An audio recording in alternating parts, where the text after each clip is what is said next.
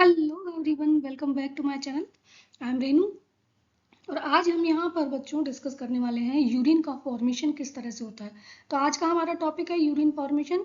और इससे पहले वाली जो वीडियो है उसमें मैं डिस्कस कर चुकी हूँ नेफ्रॉन एंड किडनी का स्ट्रक्चर। नेफ्रॉन के बारे में आप जानते ही हैं, एक्चुअल में फिल्ट्रेशन यूनिट होती है किडनी की।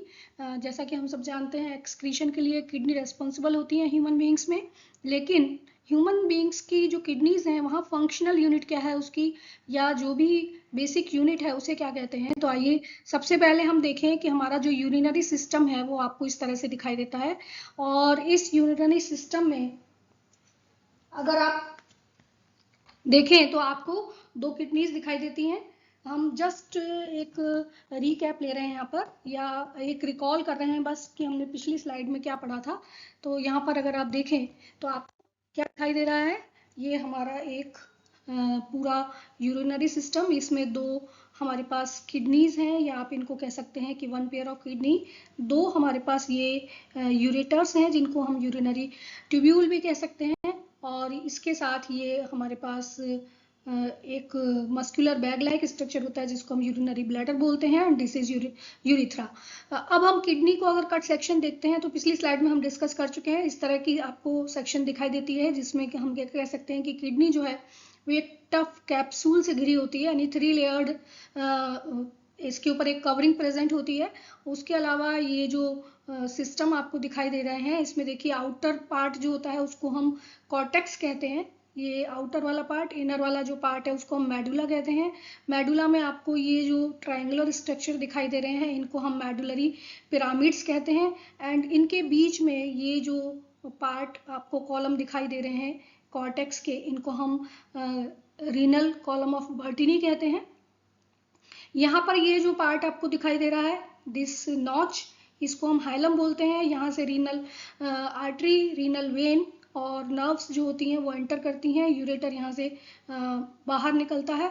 इस तरह से ये पूरा एक सिस्टम है जिसको हम किडनी की स्ट्रक्चर कह सकते हैं। अब हम बात करते हैं कि किडनी की जो फंक्शनल यूनिट होती है, स्मॉल यूनिट, सबसे छोटी, वो होती है नेफ्रॉन। और नेफ्रॉन का स्ट्रक्चर हम पढ़ चुके हैं। हर kidney million number of nephron से मिलकर बनी होती है। 1 मिलियन नेफ्रॉन एक किडनी के अंदर प्रेजेंट होते हैं, यानी 10 लाख नेफ्रॉन एक किडनी के पास होते हैं।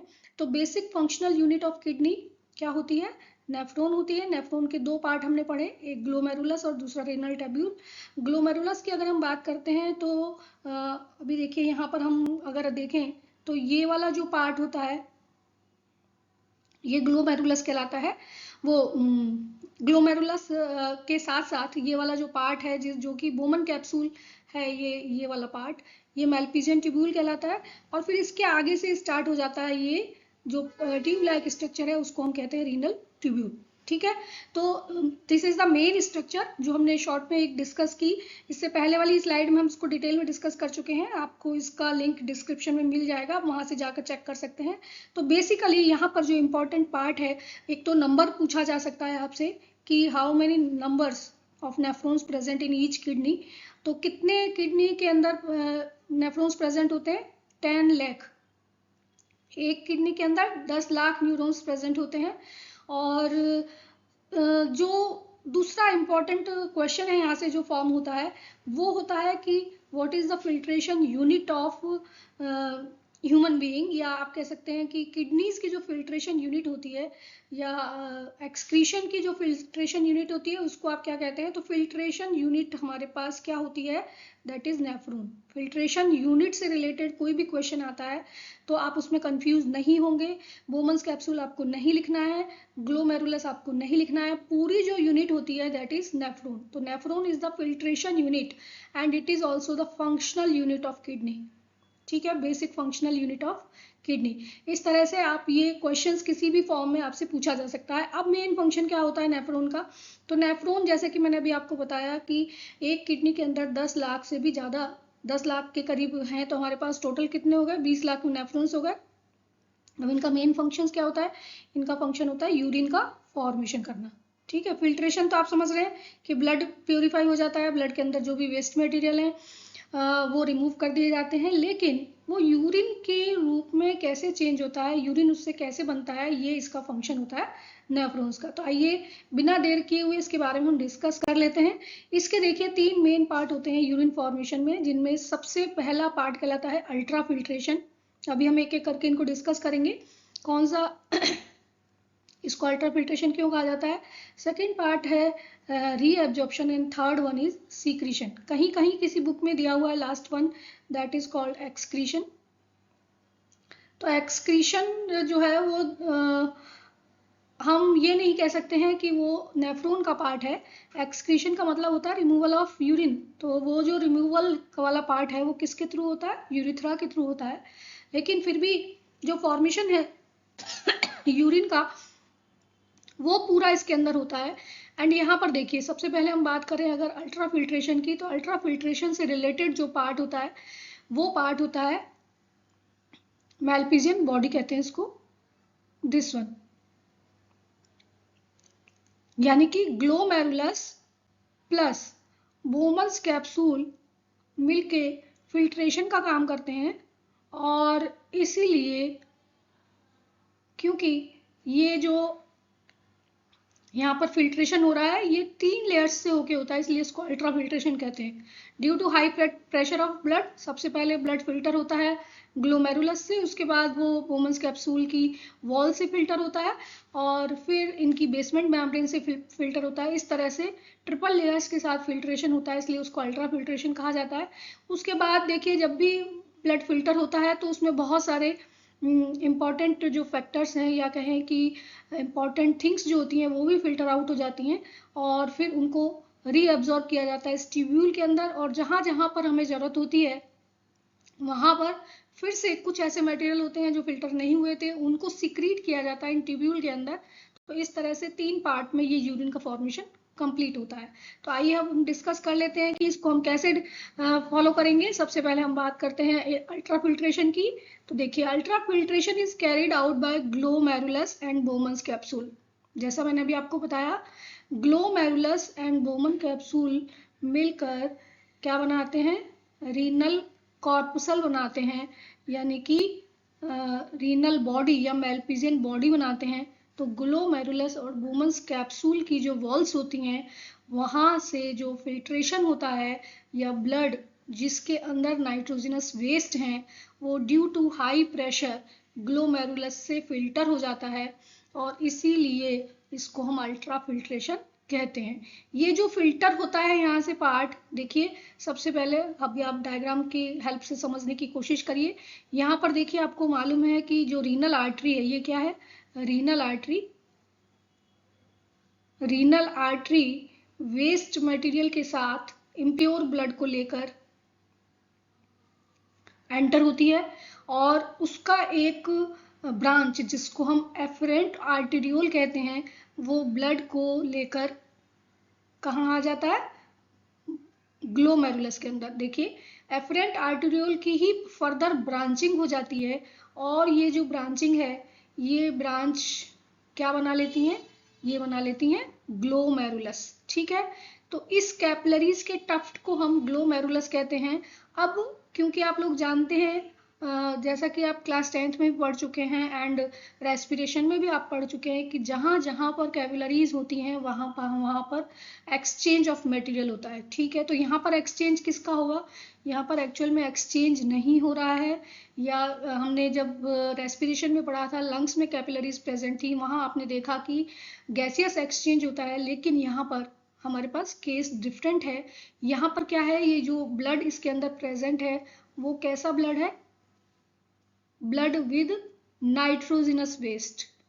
उस ब्लड के अंदर नाइट्रोजिनस वेस्ट प्रेजेंट है, यानी कि वो इम्प्योर ब्लड है, और वो नाइट्रोजिनस वेस्ट जो होते हैं उनको फिल्टर करके बाहर निकालना बहुत नेसेसरी होता है।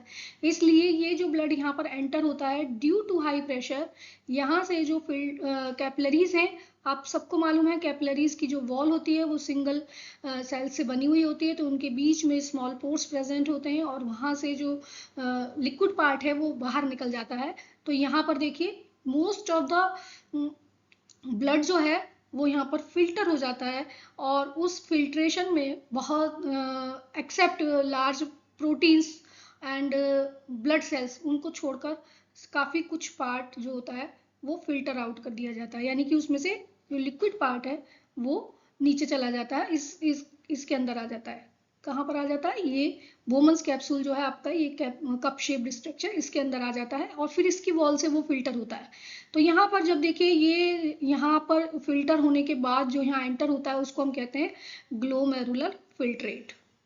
ठीक है, तो अब आपको समझ में आ गया होगा इसका नाम ग्लोमेरुलर फिल्ट्रेट क्यों रखा गया है, क्योंकि ये ग्लोमेरुलस से फिल्टर होता है। अब कितना अमाउंट इसका फिल्टर होता है, तो ये होता है 1100 से 1200 ml पर मिनट ऑफ ब्लड।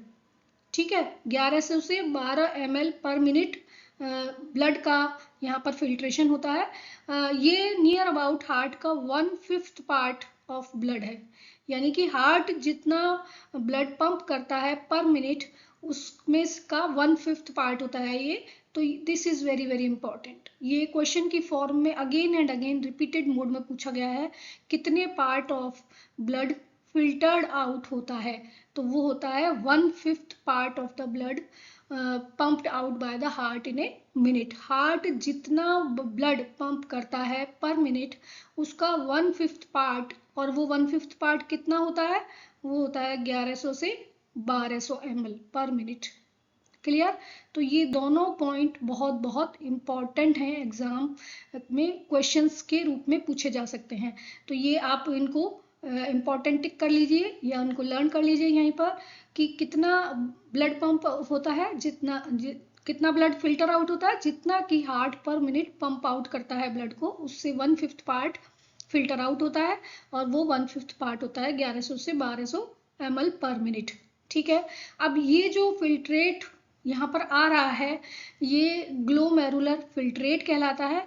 और यहाँ पर एक और नई टर्म आपके पास आती है, ग्लोमेरुलर फिल्ट्रेट रेट, जिसको हम कहते हैं GFR। ये होता है the amount of filtrate form by the kidney पर मिनट।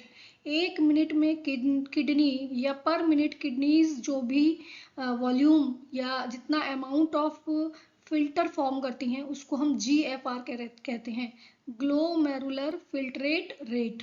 ठीक है, एंड ये कितना होता है पर मिनट, हर मिनट में किडनी कितना amount of glomerular filtrate form करती हैं, वो फिल्ट्रेट फॉर्म करती हैं 125 मिलीलीटर पर मिनट।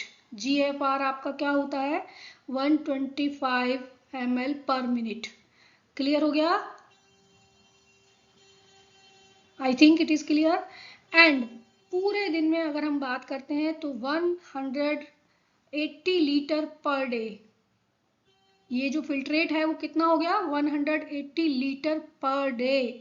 लेकिन यहाँ पर ये सारे पॉइंट्स इंपॉर्टेंट है एग्जाम पॉइंट ऑफ व्यू से, कोई भी किसी भी रूप में आपसे पूछा जा सकता है। ग्लोमेरुलर फिल्ट्रेशन रेट, इसको हम कहते हैं the amount of filtrate form by the kidneys पर मिनट।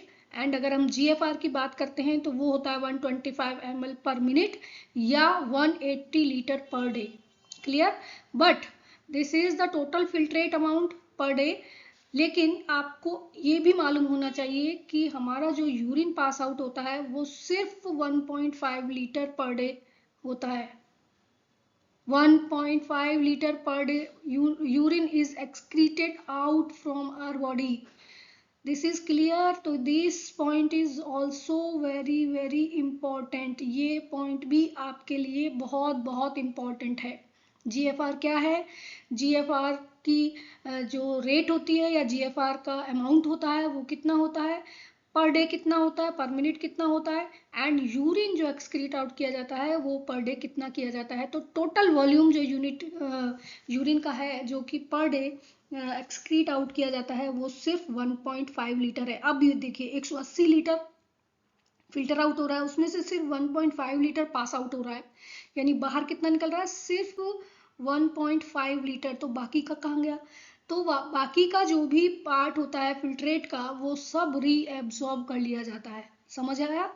ये रीअब्जॉर्प्शन क्या है, जितना भी पार्ट होता है हमारे फिल्ट्रेट का उसमें से नियर अबाउट 99% पार्ट को रीअब्जॉर्ब कर लिया जाता है, उसी को हम रीअब्जॉर्प्शन कहते हैं।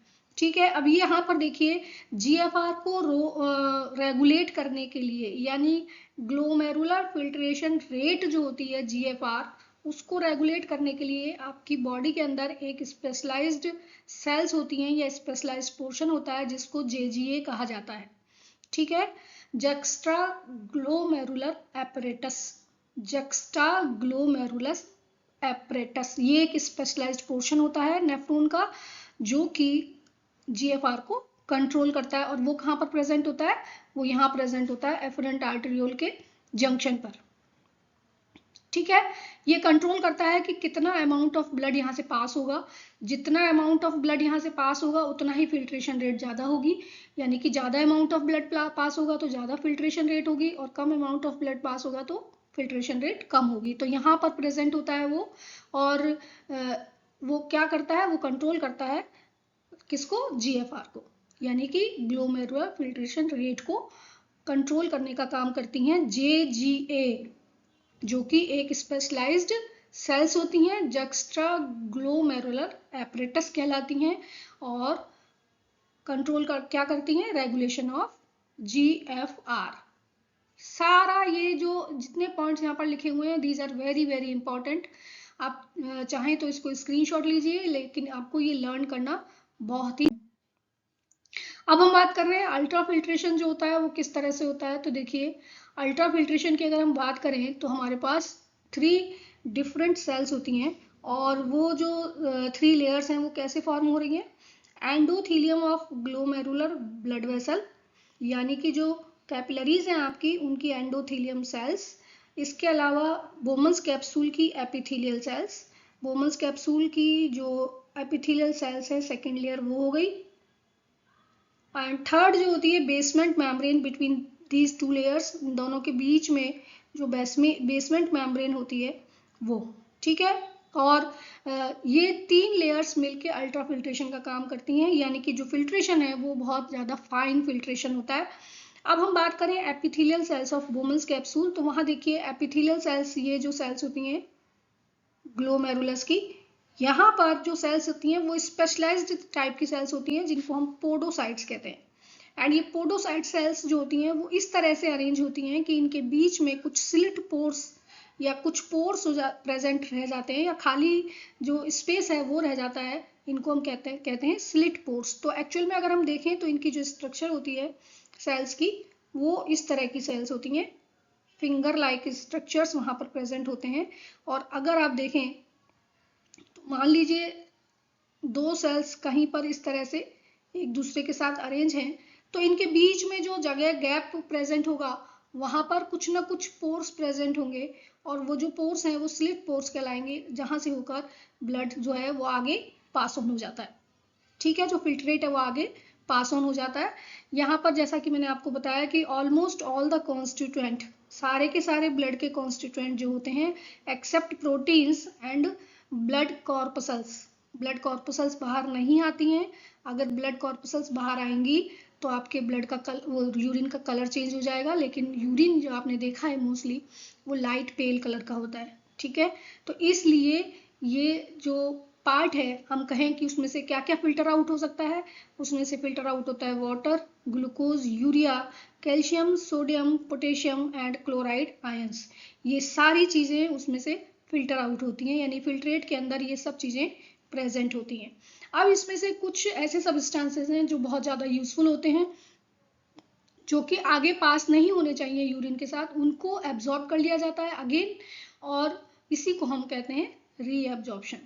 तो आइए यहाँ पर हम देख लेते हैं कि रीएब्जॉर्प्शन क्या होता है। जैसा कि अभी हमने डिस्कस किया कि जो भी फिल्ट्रेट फॉर्म किया जाता है वो टोटल 180 लीटर पर डे होता है, लेकिन उसमें से सिर्फ 1.5 लीटर ही रिलीज किया जाता है एज ए यूरिन, एंड इसमें से 99% ऑफ पार्ट फिल्ट्रेट का रीएब्जॉर्ब हो जाता है by the renal tubules. Renal tubules कहाँ से स्टार्ट होने हैं? देखिए यहाँ से, ये जो आपका प्रॉक्सिमल कन्वोल्यूटेड ट्यूब्यूल होता है ना, वो रीनल ट्यूब्यूल स्टार्ट करता है और डिस्टल कन्वोल्यूटेड ट्यूब्यूल तक होता है ये। ठीक है, इसमें कलेक्टिंग डक्ट नहीं होती है, ये आप पहले पढ़ चुके हैं, और मैं आपको बता चुकी हूँ कि रीनल ट्यूब्यूल स्टार्ट होता है पीसीटी से उसमें आता है PCT, DCT and Henle's loop. Henle's loop के भी दो पार्ट है, जिसको हम डिसेंडिंग लिम्ब ये वाला पार्ट एंड असेंडिंग लिम्ब ये वाला पार्ट।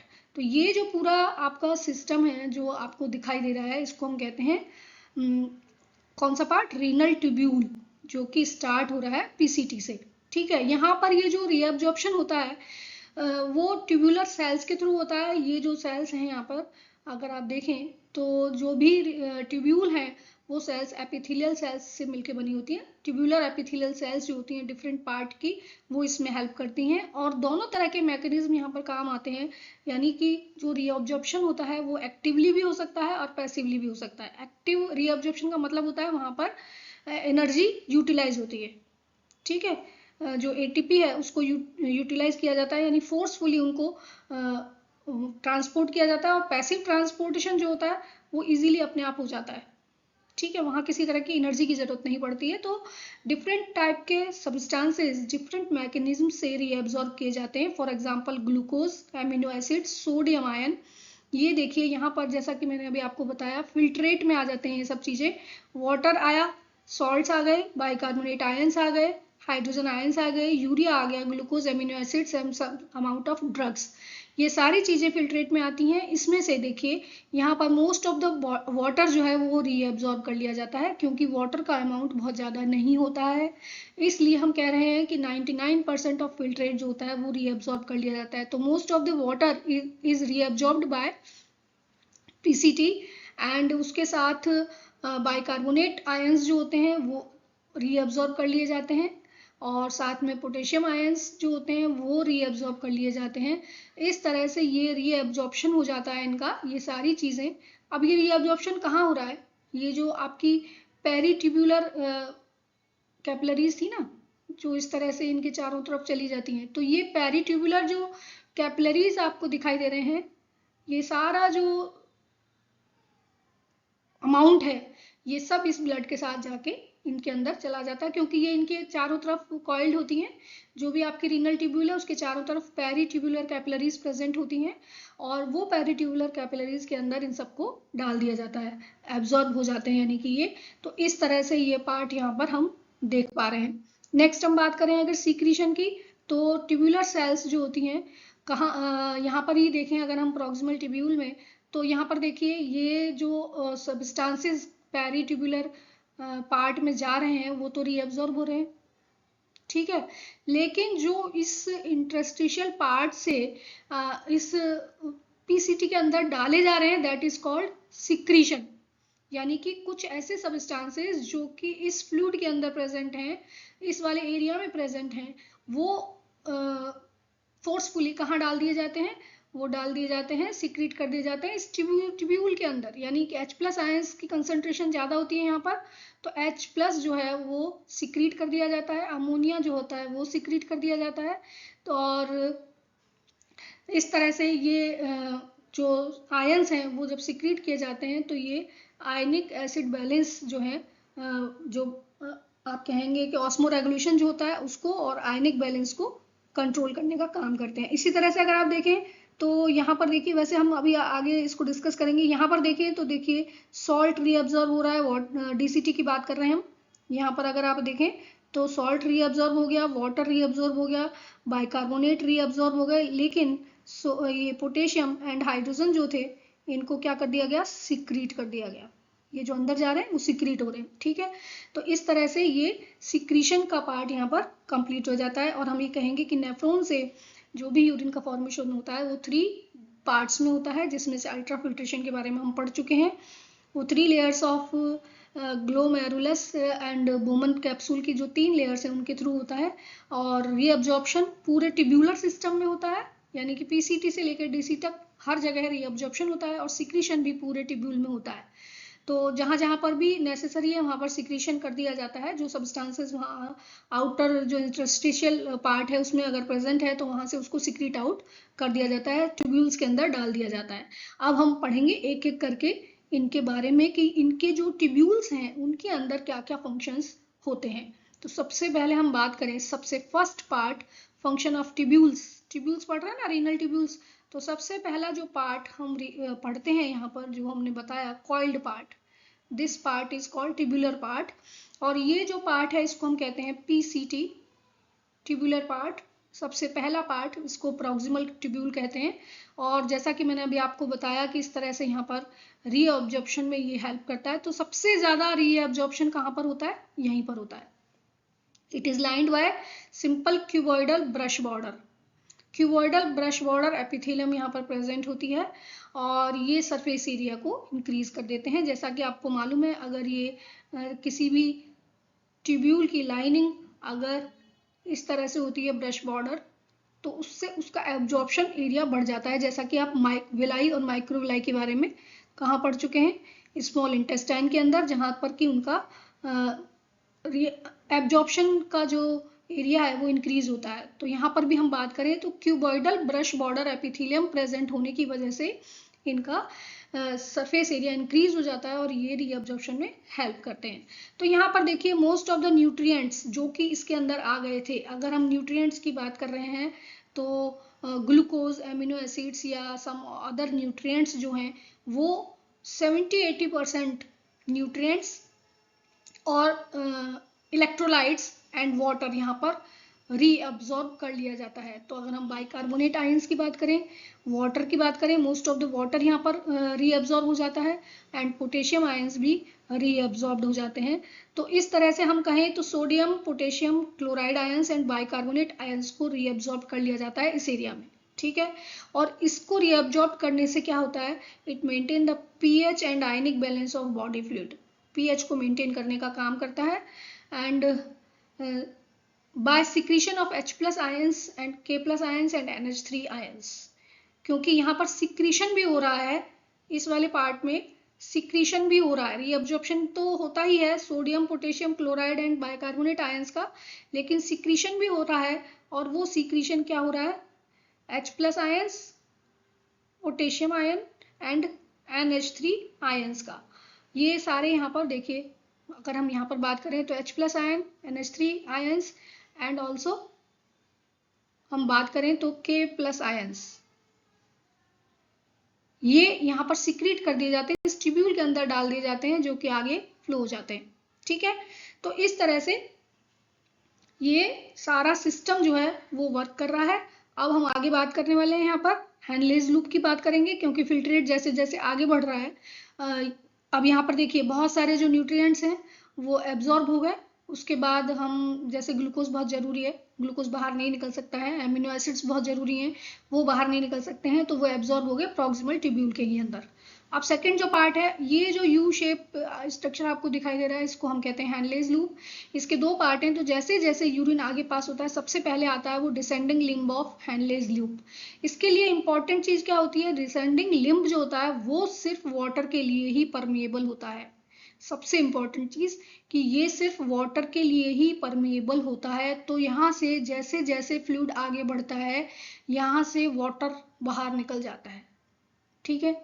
वाटर वाटर वाटर जितना आगे जाएगा वाटर बाहर निकलता जाएगा। अब देखिए आप, क्योंकि ये परमेबल है वाटर के लिए, वाटर बाहर आ रहा है सब जगह से, लेकिन इम्परमेबल होता है इलेक्ट्रोलाइट्स के लिए, किसी भी तरह के सॉल्ट्स यहाँ से बाहर नहीं आएंगे। तो जैसे जैसे यूरिन आगे पास होगा या जैसे जैसे फिल्ट्रेट आगे पास होगा, वो कैसा होता जाएगा? कंसंट्रेटेड होता जाएगा। कैसा हो जाएगा? वो कंसंट्रेटेड हो जाएगा, क्योंकि उसके अंदर सॉल्ट्स की क्वांटिटी ज़्यादा होगी और यहाँ पर सबसे ज़्यादा कॉन्सेंट्रेट फिल्ट्रेट प्रेजेंट होगा। क्लियर? यहाँ तक आपको समझ आ गया? अब हम चलते हैं ऊपर की तरफ। यहाँ तक जितना वाटर एब्जॉर्ब होना है वो मोस्ट ऑफ द वाटर यहाँ पर रीएब्जॉर्ब हो जाता है। अब हम असेंडिंग लिम्ब की बात करते हैं। असेंडिंग लिम्ब में दो पार्ट होते हैं, एक थिन सेगमेंट कहलाता है और एक कहलाता है थिक सेगमेंट, ठीक है। अब यहाँ थिन सेगमेंट की बात करें या थिक सेगमेंट की बात करें, सबसे इंपॉर्टेंट चीज ये होती है कि ये वाटर के लिए इम्परमेबल होता है। यहाँ पर हम वाटर के लिए बात कर रहे थे, जो इसका डिसेंडिंग लिम्ब है वो वाटर के लिए परमेबल होता है, तो इसलिए सारे वाटर मॉलिक्यूल्स यहाँ से बाहर निकल जाते हैं, मोस्ट ऑफ द वाटर।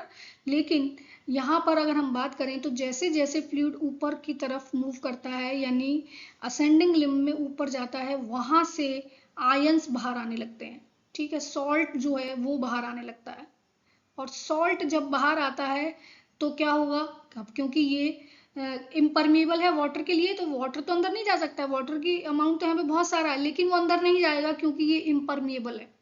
ठीक है, बहुत इंपॉर्टेंट चीज है ना। ये देखिए यहाँ से निकल रहा है तो वाटर यहाँ भी प्रेजेंट है, यहाँ भी प्रेजेंट है, यहाँ भी प्रेजेंट है, वाटर वाटर वाटर, लेकिन ये वाटर इसके अंदर एंटर नहीं होगा क्योंकि ये जो असेंडिंग लिम्ब और असेंडिंग लिम्ब के जो दोनों पार्ट हैं, थिन और थिक, ये दोनों ही पार्ट इम्परमेबल होते हैं वाटर के लिए। ठीक है, वाटर के लिए इम्परमेबल है, इसलिए वाटर यहाँ से एंटर नहीं होगा, लेकिन ये परमेबल है इलेक्ट्रोलाइट्स के लिए, तो इलेक्ट्रोलाइट्स कूद कूद कर बाहर आ जाते हैं। ठीक है, कंसंट्रेशन तो मेंटेन करनी है ना अंदर और बाहर, इसलिए क्या होता है इलेक्ट्रोलाइट कूद कूद के बाहर आ जाते हैं। तो Na तो इस तरह से इलेक्ट्रोलाइट्स जब बाहर आते हैं तो यहाँ पर देखिए डाइल्यूशन होने लगता है, जैसे जैसे ये ऊपर जाएगा वैसे वैसे फिल्ट्रेट डाइल्यूट होता जाएगा और यहाँ पर वो काफी ज्यादा डाइल्यूट हो जाता है। ठीक है, क्योंकि इसमें से आयंस बाहर आ गए। क्लियर हो गया, ये आयंस जब बाहर आ गए, यहाँ पे से सॉल्ट्स आ गए, इलेक्ट्रोलाइट्स बाहर आ गए, NaCl बाहर आ गया, तो ये जो पार्ट है यहाँ पर तक ऊपर पहुंचते पहुंचते तक डिस्टल कन्वोल्यूटेड ट्यूब्यूल तक पहुंचते पहुंचते ये कैसा हो जाता है, बहुत डाइल्यूट हो जाता है। अब अगेन यहाँ पर देखिए फिर से डिस्टल कन्वोल्यूटेड ट्यूब्यूल की हम बात कर रहे हैं, ये भी एक कन्वोल्यूटेड ट्यूब्यूल है और इसके अंदर देखिए अब क्या होता है, तो इसके अंदर अगर हम बात करें तो यहाँ पर फिर से रीअब्जॉर्प्शन होगा सोडियम बाइकार्बोनेट्स एंड वाटर का। तो सोडियम यानी कि जो भी इसके अंदर सॉल्ट्स हैं वो बाहर आ जाएंगे और पेरिट्यूबुलर कैपिलरी में चले जाएंगे। इसके साथ साथ वाटर रीअब्जॉर्ब हो जाएगा एंड बाइकार्बोनेट आयंस भी रीअब्जॉर्ब हो जाएंगे, लेकिन उसके साथ साथ एक इंपॉर्टेंट प्रोसेस और यहाँ पर होता है जो कहलाता है एक्टिव सिक्रीशन या selective secretion of H+ K+ ions and ammonia, K+ ions and H+ ions और साथ में अमोनिया।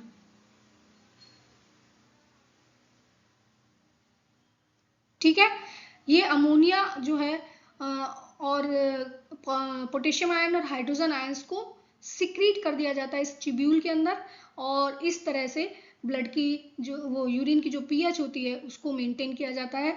साथ में ब्लड का जो सोडियम पोटेशियम बैलेंस है उसको मेंटेन करती है डिस्टल कन्वोल्यूटेड ट्यूब्यूल। तो देखिए क्या क्या करती है ये, सबसे पहले पार्ट हम देखें, रीअब्जॉर्प्शन होता है water bicarbonate and sodium ions का, तो ये आप देख पा रहे हैं इधर, ये तो रीअब्जॉर्प्शन हो गया। ठीक है, फिर कहते हैं सेलेक्टिव सिक्रीशन हो रहा है hydrogen ion potassium ion and ammonia का, जिससे कि ब्लड की जो pH है उसको मेंटेन किया जा सके। तो इस तरह से ये डिस्टल कन्वोल्यूटेड ट्यूब्यूल का पार्ट हो गया जहां पर आपको सेलेक्टिव सिक्रीशन देखने को मिलता है और साथ में रीअब्जॉर्प्शन भी देखने को मिलता है। तो हम ये कहेंगे कि ट्यूबुलर पार्ट में रीअब्जॉर्प्शन एंड सेलेक्टिव सिक्रीशन दोनों ही देखने को मिलते हैं। हम पर्टिकुलर किसी एक एरिया में ये नहीं कह सकते हैं कि यहाँ पर सिक्रीशन हो रहा है और यहाँ पर सिर्फ रीअब्जॉर्प्शन हो रहा है। अब हम बात कर रहे हैं बच्चों कलेक्टिंग डक्ट, क्योंकि ये जो आपकी डिस्टल कन्वोल्यूटेड ट्यूब्यूल है ये कनेक्ट हो जाती है एट लास्ट एक लॉन्ग ट्यूब से। हालांकि ये यूरिनरी सिस्टम उसका नेफ्रॉन का पार्ट नहीं है बट यूरिनरी सिस्टम का एक पार्ट है, तो हम ये इसको डिस्कस करेंगे यहाँ पर। इसको हम कहते हैं लॉन्ग जो एक वर्टिकल ट्यूब आपको दिखाई दे रही है, this is called collecting duct. इसको हम क्या कह रहे हैं, this is called collecting duct. And ये जो कलेक्टिंग डक्ट होती है ये यहाँ पर सबसे ज्यादा वाटर का रीअब्जॉर्प्शन होता है जिससे कि जो यूरिन है वो कंसंट्रेटेड अमाउंट में पास ऑन हो सके। यहाँ यानी कि जितना यहाँ पर हो गया वो ठीक है, लेकिन इसके बाद भी अगर कुछ अमाउंट ऑफ वाटर यहाँ पर ज्यादा होता है तो वो यहाँ पर एब्जॉर्ब कर लिया जाता है, तो वाटर यहाँ पर रीएब्जॉर्ब हो जाता है। ठीक है, और साथ में सम अमाउंट ऑफ यूरिया भी रीएब्जॉर्ब होता है जिससे कि वो ऑस्मोलरिटी को मेंटेन कर सके और कुछ अमाउंट ऑफ सॉल्ट्स जो होते हैं वो भी यहाँ पर रीअब्जॉर्ब हो जाते हैं। तो इस तरह से जो यहाँ पर अब पास ऑन हो रहा है वो कंसंट्रेटेड यूरिन होगा जिसके अंदर small amount of water plus urea present होगा। ये जो कंसंट्रेटेड अमाउंट ऑफ यूरिन है जो अब यूरिन बन चुका है जिसके अंदर small amount of urea present है, वाटर प्रेजेंट है, some amount of ions present है, ये जो पार्ट है ये फिर कहाँ चला जाएगा, ये जाता है फिर, क्योंकि ये जो यूरिनरी ये कलेक्टिंग डक्ट जो होती हैं वो किस में खुल जाती हैं,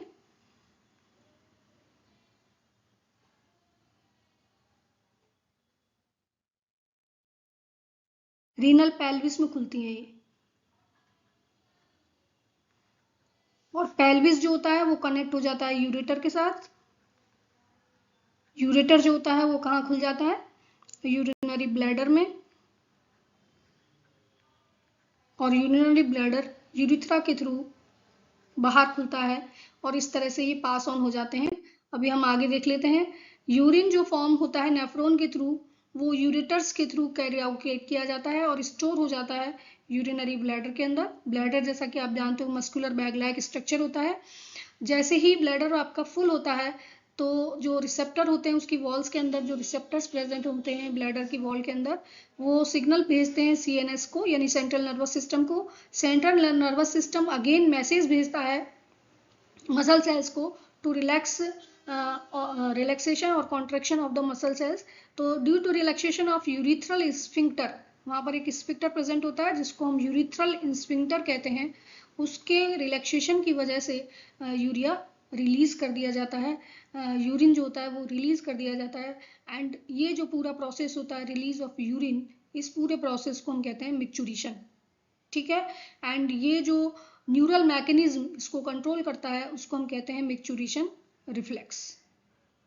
I think it is clear. तो इस तरह से ये पूरा यूरिन फॉर्मेशन यहाँ पर आपने पढ़ लिया। इसके बाद हम जो नेक्स्ट टॉपिक लेने वाले हैं वो होगा हमारा काउंटर करंट मैकेनिज्म, यानी कि ये जो अभी तक आपने सिर्फ ये देखा कि यूरिन फॉर्म कैसे हो रहा है, लेकिन वो कंसंट्रेट कैसे हो रहा है वो एक बहुत थोड़ा सा टिपिकल सा प्रोसेस है, जिसमें कि आप आगे पढ़ेंगे कि वो क्या है काउंटर करंट मैकेनिज्म, और यूरिन जो है वो इतना कंसंट्रेट कैसे हो जाता है कि उसमें से सिर्फ 1.5 लीटर यूरिन ही आउट होता है पूरे दिन में। तो ये सब हम आगे नेक्स्ट वाली स्लाइड में पढ़ेंगे। सो प्लीज़ आई होप ये वीडियो आपको पसंद आया होगा। पसंद आया तो प्लीज़ इसको सब्सक्राइब करिए, शेयर करिए और ज़्यादा से ज़्यादा अपने फ्रेंड्स के साथ शेयर करिए, जिससे कि आगे आने वाली वीडियोस जो हैं आप अच्छे से देख सकें। Thanks again. आगे अभी हम यहाँ पर देख लेते हैं। चलिए एक और इम्पॉर्टेंट चीज़ जिसमें हम देखेंगे कंपोजिशन ऑफ यूरिन। जो यूरिन पास ऑन हो रहा है वो एक्चुअली लाइट येलो कलर का वाटरी फ्लूइड होता है। वॉल्यूम उसका मालूम ही है आपको, 1 से 1.5 लीटर पर डे होता है। पीएच की अगर हम बात करें तो वो स्लाइटली एसिडिक होती है। एसिडिक क्यों होती है, H+ आयंस जो होते हैं वो सिक्रीट किए जाते हैं, है ना। तो H+ आयंस जब प्रेजेंस होंगे तो वो स्लाइटली एसिडिक हो जाएगा। यूरिया कितने अमाउंट ऑफ पास ऑन होता है, यानी कि जो यूरिन फॉर्म हुआ है उसमें से यूरिया कितना है, तो देखिए ये इंपॉर्टेंट है एक पार्ट। 25 से 30 ग्राम per day urea excrete out किया जाता है। अगर हम यूरिन की बात करें तो उसकी अपनी खुद की कोई ओडोर नहीं होती है, कोई स्मेल नहीं होती है, but long time duration due to bacterial decomposition की वजह से उसके अंदर से एक अमोनिया की स्मेल आने लगती है और आपको यूरिनल्स में वो फील होती है। ऐसा क्यों होता है, ड्यू टू बैक्टीरियल डिकम्पोजिशन, क्योंकि आपको मालूम है कि उसका जो फॉर्मूला होता है वहां पर यूरिया का फॉर्मूला ये होता है NH2CONH2। तो अमोनिया प्रेजेंट है, तो जैसे ही इसका डिकम्पोजिशन होता है अमोनिया यहाँ से निकलने लगती है, रिलीज होती है, और इसी वजह से इसके अंदर एक पिक्यूलर टाइप की स्मेल आपको आती है। So thanks for watching this video. I hope you